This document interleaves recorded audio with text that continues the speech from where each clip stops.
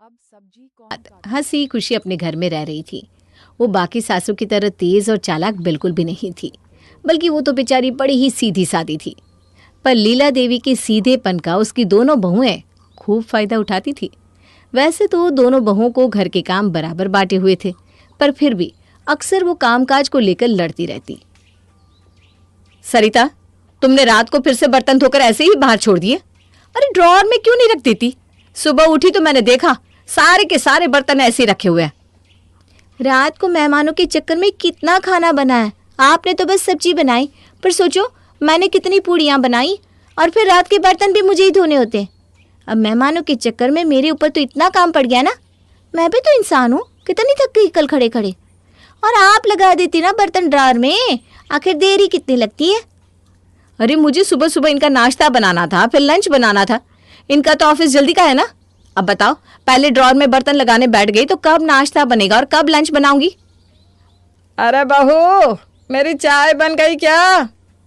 कहाँ माँ, दीदी मुझे सुनाना बंद करे तब तो बनाऊँ चाय। अरे मैंने बस वही तो करने को बोला जो तुम्हारा काम है। मेरा काम इतना ज्यादा और आपका इतना सा काम? मेरा काम कोई कम नहीं है। अरे अरे, क्या बात हुई है, बताओ। ये देखो माँ जी, रात से बर्तन यहीं पड़े हैं जो कि सरिता ने धोने के बाद ड्रॉअर में नहीं रखे, और ऐसा ना आजकल रोज ही हो रहा है। रात को मैं इतना थक जाती हूँ कि हिम्मत ही नहीं होती माँ जी। अरे बस इतनी सी बात, मैं रख दिया करूंगी बर्तन ड्रॉअर में, बस तुम लड़ो मत। दोनों बहुएं मुंह सड़ाकर वहां से चली जाती है और लीला देवी बेचारी सारे बर्तन ड्रॉअर में रखने लगती है। शाम को लीला देवी जब बाहर कमरे में बैठकर टीवी देख रही थी तो उसकी बड़ी बहू लता वहां आकर पूछती है, माँ जी खाने में क्या बनाना है? देखो फ्रिज में क्या क्या रखा है। फ्रिज में तो भिंडी रखी हुई है बस। हाँ तो ऐसा कर, भिंडी ही बना ले। ठीक है माँ जी। लता फ्रिज से भिंडी निकालने लगती है। पहले इतनी भिंडी को काटो, एक एक भिंडी को चेक करो कि उसमें कहीं कीड़ा तो नहीं, तब जाकर ये भिंडी पकेगी। ये सब्जी काटना क्या मुसीबत का काम है। अच्छा, तो आज भिंडी बन रही है। सही है, इनको तो भिंडी बड़ी ही पसंद है। हाँ, पर इतनी सारी भिंडी बनने के बाद जरा सी हो जाती है। कम से कम 1 किलो भिंडी बनानी पड़ेगी, तब जाकर सबको पूरी पड़ेगी। एक काम करो, थोड़ी सी भिंडी तुम भी कटवा दो। अरे पर सब्जी बनाना तो आपका काम है। अरे तो सब्जी बनाना है ना, सब्जी काटना थोड़ी ना है। देखो, जो सब्जी बनाएगा वही तो सब्जी काटेगा। वैसे भी आपका काम है ही क्या, यूं छौंक लगाया और हो गया। मुझे देखो, अभी आटा गूंदूंगी, उसके बाद फिर जाकर एक एक रोटी पकाऊंगी। अरे तुम्हारे पति को ही सबसे ज्यादा भिंडी चाहिए होती है, तो थोड़ी मदद तो करनी पड़ेगी ना। और जब आपके पति 2 रोटी फालतू खाते हैं तो क्या आप मेरी मदद करती हो? अब सब्जी काटने के पीछे दोनों देवरानी जेठानी में फिर से बहस छिड़ जाती है। दोनों एक दूसरे को सुनाने लगती है। उनकी आवाज़ सुनकर लीला देवी टीवी छोड़ के जल्दी से रसोई में भागती है। अरे अरे बहुओं, क्या हो गया, क्यों लड़ रही हो दोनों? देखिए ना माँ जी, सुबह बर्तनों के पीछे मुझे इतना सुना रही थी, अब बोल रही है भिंडी कटवाओ। अरे जब सब्जी बनाना इनका काम है तो काटना भी तो इनका हुआ ना। वैसे भी सब्जी बनाना सबसे आसान काम है। क्या आसान काम है? पता है, आधा घंटा तो सब्जी काटने में लग जाता है। अरे अरे बस करो दोनों, सब्जी काटनी है ना, ला मुझे दे भिंडी, मैं काट देती हूँ, और आगे से ना सब्जी मुझे ही दे दिया करना, मैं काट कर रख दूंगी। लीला देवी सारी भिंडी खुद काटने बैठ जाती है। ये देखकर सरिता को बड़ी चीड़ होती है कि माँ जी तो उसकी जेठानी का सारा काम करवा रही है। अब जब सरिता रसोई में गर्मी में खड़ी आटा गूंदने लगती है तो वहाँ लता 2 मिनट में भिंडी छौंक कर निकल जाती है। ये देखकर सरिता और आग बबूला हो जाती है। मैं ही पागल हूँ क्या? ये तो आई 2 मिनट में सब्जी में छौंक लगा कर चली गई। मैं तो एक एक रोटी बनाऊँ, फिर उसे सेकूँ, फिर घी लगाऊँ। मुझे इतना मुश्किल काम दे दिया है और इनको इतना आसान। ये तो सरासर गलत है। अरे सरिता, रोटियां बन गई हो तो डाइनिंग टेबल पर लगा दो, मैं सब्जी ले जा रही हूँ। रोटियां बनाना आपकी सब्जी बनाने जैसा नहीं है। बस यूं ली और डाल दी कढ़ाई में और बन गई। एक एक रोटी बेलकर सेकनी पड़ती है, टाइम लगता है। अरे तो रोटी जैसे बनती है वैसी तो बनाओगी ना। मैं तो इसलिए बोल रही हूँ क्योंकि सब बाहर खाना खाने के लिए बैठ गए, पर यहाँ तो रोटियों का आता पता ही नहीं है। ठीक काम करो, ये लो चकला और बेलो रोटी, मैं फटाफट सेक देती हूँ। अरे भाई, मेरा काम मैं कर चुकी हूँ। तुम इतनी देर से रसोई में आती हो तो इसमें मेरी कोई गलती नहीं है। मैं तो सब्जी लेकर बाहर जा रही हूँ, तुम रोटी ले आना जल्दी से। सब लोग डाइनिंग टेबल पर बैठे खाने का इंतजार कर रहे थे। लता सब्जी टेबल पर रखकर सबके साथ बैठ जाती है। अरे क्या आज खाने में बस सब्जी ही मिलेगी? रोटियां कहाँ हैं? रोटियां तो अभी बनी ही नहीं है। अभी तक रोटी नहीं बनी? मैं देखती हूँ अभी जाकर।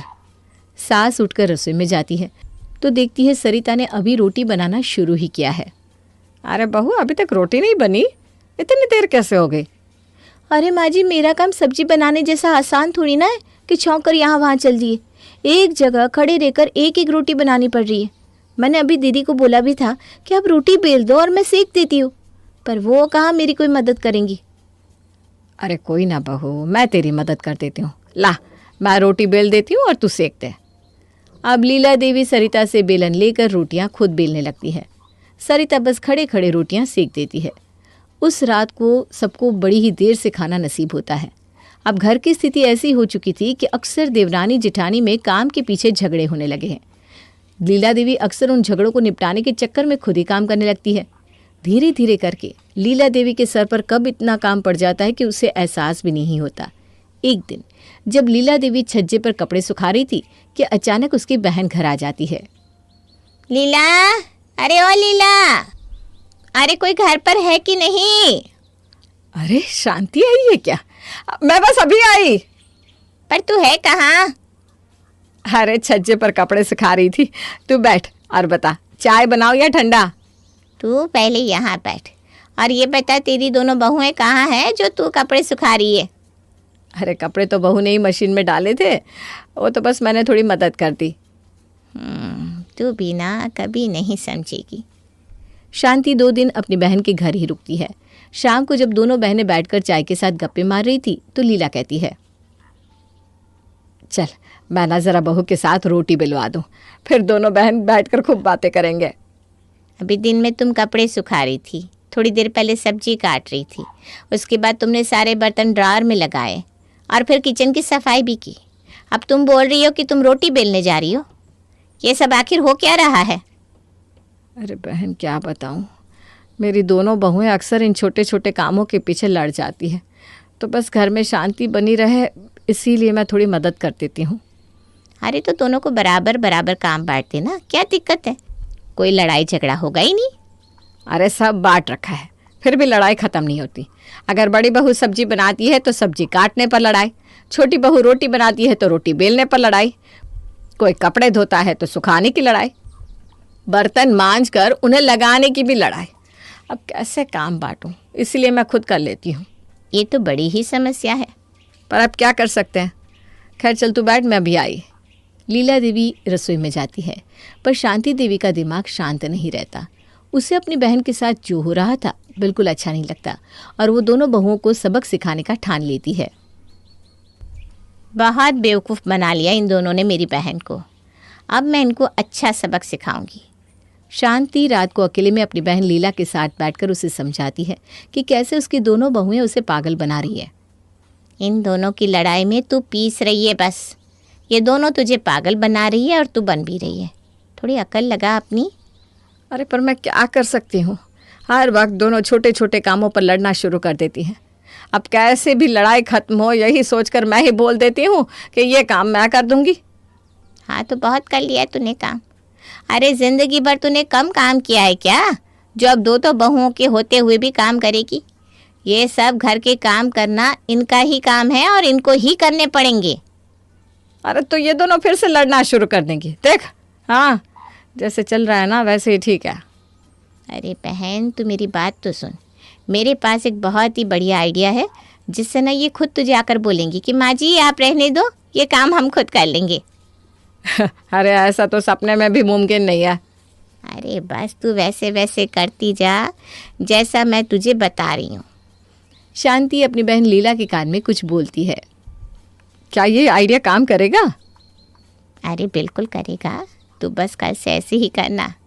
अब शांति को तो अगले दिन का बेसब्री से इंतजार था, पर लीला थोड़ी घबराई हुई थी कि वो ये सब आखिर कैसे करेगी। उसे तो उस रात ठीक से नींद भी नहीं आती। फिर अगले दिन लता सब्जी बनाने के लिए फ्रिज से बैंगन निकालकर अपनी सास के पास जाती है। माँ जी फ्रिज में बस बैंगन ही पड़े हैं, तो आज दिन के खाने में आलू बैंगन बना देती हूँ। हाँ हाँ ठीक है बहू, आलू बैंगन ही बना दो। ये लीजिए माँ जी, आप ये काट दो। हाँ बहू यही रख दे, मैं काट दूँगी। ये लो चाकू और काटो। अब लीला देवी आलू काटना शुरू करती है और वो इतने मोटे मोटे आलू काट देती है कि उसे आलू को काटने में 2 मिनट भी नहीं लगते। देख शांति, ये ठीक है ना? ऐसे ही काटने थे ना? बहुत बढ़िया बहन। अब ये ले बैंगन और इसको इतना बारीक काट दे कि बस कढ़ाई में डालते ही घुल जाए। ये मैं ठीक तो कर रही हूँ ना? अरे ज़्यादा सोच मत, ले काट दे फटाफट इस बैंगन को। लीला देवी बिल्कुल वैसे ही बारीक बारीक बैंगन काट देती है। अब वो कटी हुई सब्जी ले जाकर रसोई में रख देती है और फिर जब लता वहाँ सब्जी बनाने आती है तो आलू बैंगन देखकर बड़ी हैरान हो जाती है। ये माँ जी ने कैसे सब्जी काटी है? इससे अच्छा तो मैं ही काट लेती। खैर मुझे क्या, मेरा आधा काम तो खत्म हो गया ना। लता आलू बैंगन की सब्जी बनाकर रख देती है। अब आती है सरिता की रोटी बनाने की बारी। सरिता आटा गूंथकर अपनी सास को बुलाकर लाती है, पर लीला देवी को अब अच्छे से पता था कि उसे क्या करना है। लीजिए माँ जी चकला बेलन और रोटी बेल दीजिए, मैं रोटी सेक देती हूँ। हाँ हाँ बहू, देख कैसे फटाफट सारी रोटियां बेल देती हूँ। लीला देवी बेलन उठाती है और ऐसी मोटी मोटी रोटियां बेल कर रख देती है कि उनको सेकते सेकते सरिता के पसीने छूट जाते हैं। माँ जी, ये रोटी जरा सी पतली कर देते तो जल्दी सीख जाती ना। अरे देख बेटा, मेरा काम रोटी बेलना है। पहले तुझसे रोटी नहीं बेली जा रही थी, अब सीख भी नहीं जा रही क्या? हाँ, ऐसा है तो तू बाहर जाकर आराम से बैठ जा, रोटियां सेकने का काम भी मैं ही कर दूंगी बस। नहीं नहीं माँ जी, जैसे बेल रही हो वैसे ही बेल दो। सरिता को एक एक रोटी सेकने में इतनी देर लग जाती है कि सब भूख से बेहाल हो जाते हैं। अरे सरिता जल्दी से रोटी ले आओ, बहुत भूख लग रही है। अभी लाई। आज तो ये रोटी बिरबल की खिचड़ी से कम नहीं लग रही मुझे। दोनों देवरानी जेठानी रोटी सब्जी लेकर बाहर आती है और सबको खाना परोस देती है। अब जैसे ही दोनों के पति पहला निवाला लेते हैं तो उनकी शक्ल बन जाती है। अरे लता, ये कैसी सब्जी बनाई है? आलू एकदम कच्चे, और ये आलू के साथ क्या मिलाया है? जी वो बैंगन। अरे तो बैंगन है तो दिखने तो चाहिए, तुमने तो चटनी की तरह पीस डाला इनको। जी सब्जी तो माँ जी ने काटी है। अरे एक तो माँ ने सब्जी काट कर दी और तुम उनकी गलती निकाल रही हो। वैसे सब्जी बनाई तो तुमने है ना, तो उसमें काटने वाले की क्या गलती? तुम्हें ठीक से देखनी चाहिए थी कि पकी है कि नहीं। जी मैं आगे से ध्यान रखूंगी। वो तो ठीक है, पर सरिता आज तुमने ये रोटी की जगह क्या उपले बना दिए? इनको कैसे खाऊं मैं? और सच में मेरे तो ना दांत भी बड़े कमज़ोर है बेटा। पर रोटी तो माँ ने बेली है। अरे माँ एक तो तुम्हारी इतनी मदद करती है, वो भी इस उम्र में और गर्मी में, और तुम उनकी गलती बता रही हो। रोटी बेलना क्या उनका काम है? हाँ, अगर उन्होंने रोटी बेली भी है तो सेकी तो तुमने है ना।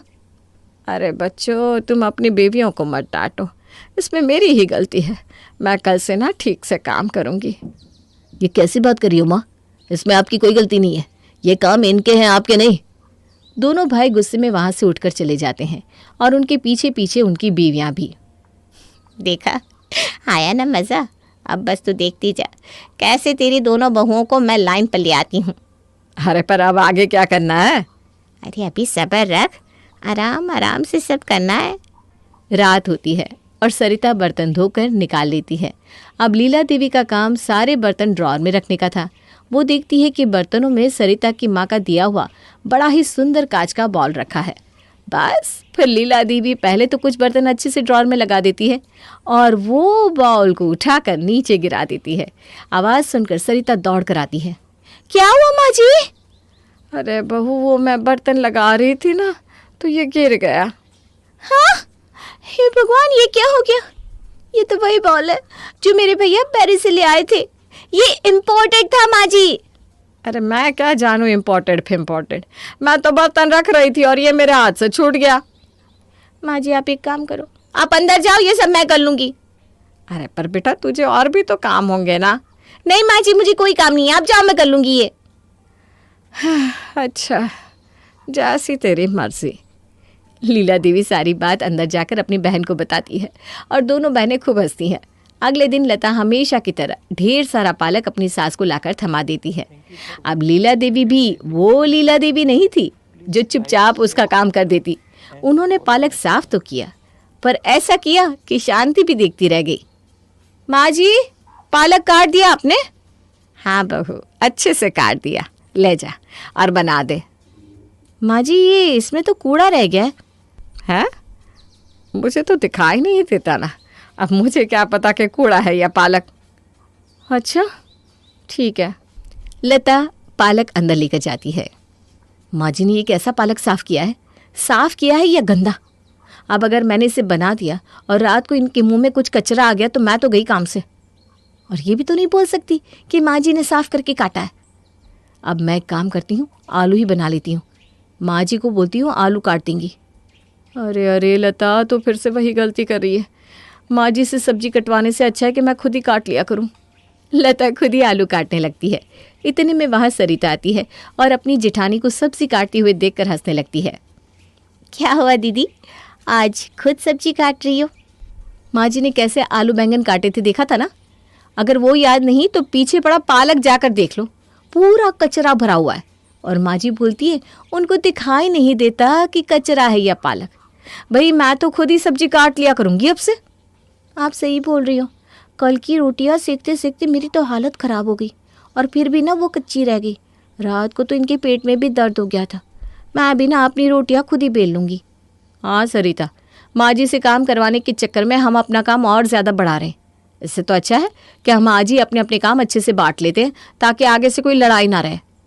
लीला देवी और शांति रसोई के बाहर कान लगाकर दोनों देवरानी जेठानी की बातें सुनकर हंस रही थी। अरे बहू, कुछ मदद करनी है तो बता दे, मैं कर देती हूँ। अरे नहीं नहीं माँ जी। नहीं माँ जी, बिल्कुल भी नहीं।